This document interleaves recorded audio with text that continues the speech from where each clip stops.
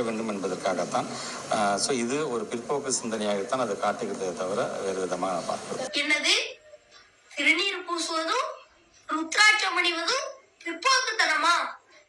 தன்னோட வாழ்க்கை முழுவதும் திருநீர் பூசாத நெற்றி பால் அப்படின்னு சொல்லி வாழ்ந்த நம்மளுடைய தேசிய தலைவர் பசும்பொன் முத்துராமலிங்க தேவரையா உங்களுடைய கண்களுக்கு பிற்போக்குத்தனமானவரா தெரியுதாரா?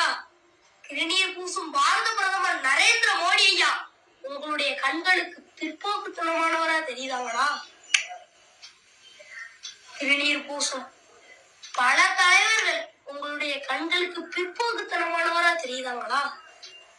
அமைச்சரையா, உங்களுடைய மூளைக்கு தான் ரொம்ப மூளை இருக்கு, அறிவு இருக்கு, மூளை பிரிஞ்சு வெளியில வருது, உங்களுக்கு மட்டும்தான் சிந்திக்க தெரியும் அப்படின்னு நினைக்காதீங்க.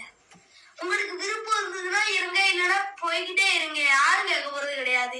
அதை விட்டுட்டு எங்களுடைய வாழ்க்கை முறையில தலையிடுறதுக்கு உங்களுக்கு என்ன உரிமை இருக்கு?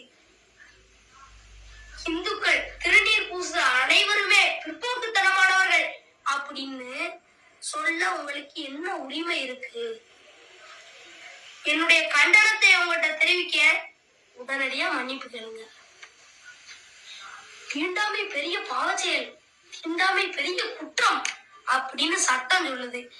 ஆனா ஹிந்து அறநிலையத்துறையில இருந்து அனைத்து இந்து கோவிலுக்கும் திணிக்கப்படுது. என்னது? காசு இருக்குதவனுக்கு ஒரு வழி, காசு இல்லாதவனுக்கு ஒரு வழி.